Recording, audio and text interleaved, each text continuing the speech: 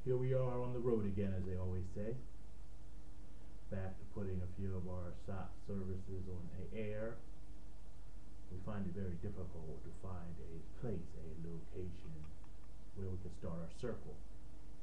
There are some people, of course, who have offered us space, and we are working to get that together, but for now we will continue our services on the air.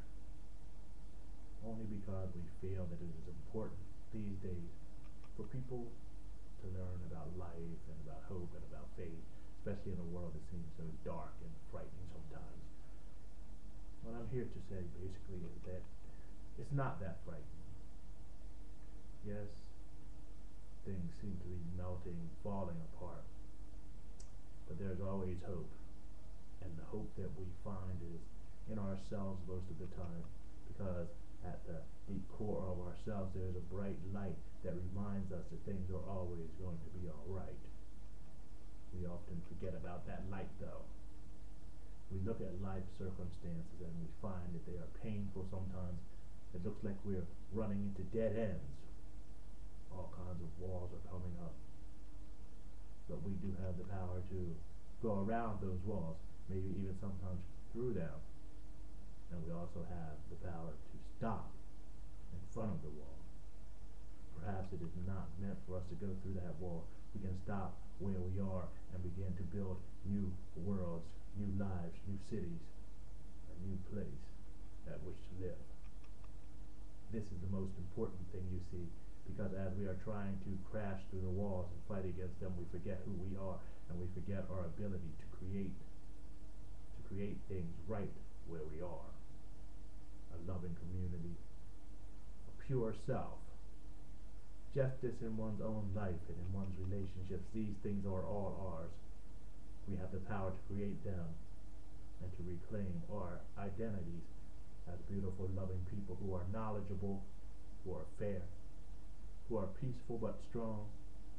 We have the power to create and recreate ourselves so that one day, just like a caterpillar turning into a butterfly, our minds will break free of the constraints that we have been given in this life and in the system, and we will have the power to fly, to carry pollen from one flower to the next in order to recreate the world, to repollinate the world and create beauty and wonder.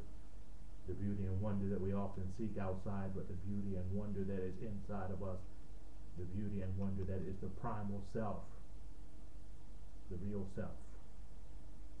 It is sad, however, that sometimes it is necessary for some of us to be willing to take up the sword of truth in order to beat down all of the lies and maladaptive behaviors. I myself would have preferred to be a healer, someone who works to make the world better, someone who created art and music and beauty instead of someone standing up for social justice and racial justice. But it seems that the cards weren't in that for me. It seems that the powers that be have called me to strap on the sword of truth once again, instead of being the healer and the teacher of meditation that I would like. It's not that I don't get a chance to do those things, of course. I get a chance to shove them in on the side sometimes, but not all the time. The only peace that I shall find, it seems, is in seeing people being able to reach up and to touch the sky when their bonds are broken and they are made free. And this is a good thing, for it is this reason I believe that I came into the world to bear witness to the truth, as the prophet Jesus was said to have commented at one time or the other. And so we find strength in the fact that we create love and we carry that love like a beautiful light, a torch that cuts through the darkness, not only cutting through that darkness but changing it, making it into the light of awareness and the light of beauty. And when we are in the light, my friend, we live. If we are in the darkness, we die. Not physically, of course. We don't die physically, but that which is inside begins to die as we turn our back attached too many times to the truth, as we have to deny ourselves too many times and pretend like we are doing something good when we know deep in our hearts that we are causing pain and suffering. This is no way to live. That is why it brings about death, an internal death that cannot be taken away by any of the false, consumptible goods that we have, or by cramming television shows into our minds, or listening to music, or filling ourselves up so much that we will never see that part of ourselves again. That small childlike part that is being tortured and being killed by the way of life that we have adapted in order to survive. The good news is that we don't need to adapt such behavior to survive. We are eternal beings, and we will always survive. And even if we weren't eternal beings, what will survive is that which we leave behind us as we begin to create a better world than the one we have. Our fruit will survive, and people's knowledge of us will survive. We will be forever present in the hearts of those who we have met, who we have touched, who care for us.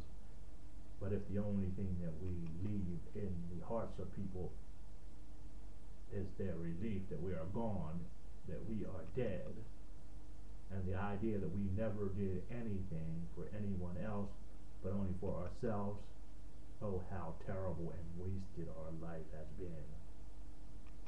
So let us all join together and think on these things, putting aside the falsity, becoming a compassionate warrior, the warriors of compassion that bring forth love into the world and change the darkness through the power of love, not through anger or hatred or violence, but through love.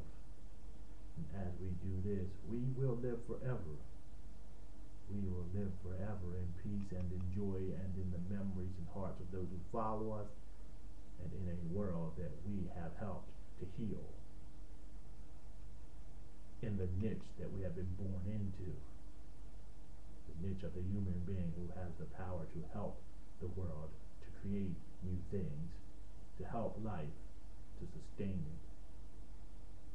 And so today, as we meditate, as we think on these things, let us begin to look at some of the fears, some of the anger, to go down deep within ourselves and to find that which needs to be let go of. We simply do this by making a subtle suggestion, quieting the mind, sitting in peace, letting the words pass us as they go, not grabbing onto anything, but just touching them simply, seeing if there's a pattern, and then letting it go over and over again until we enter into the silence of the true self. And in that true self, that is where we will find love, the light, and the divine which we have always been seeking. For the sword of truth gets rid of all of the deception, so that we can see clearly who and what we truly are. Thank you for being with us during this service. Namaste.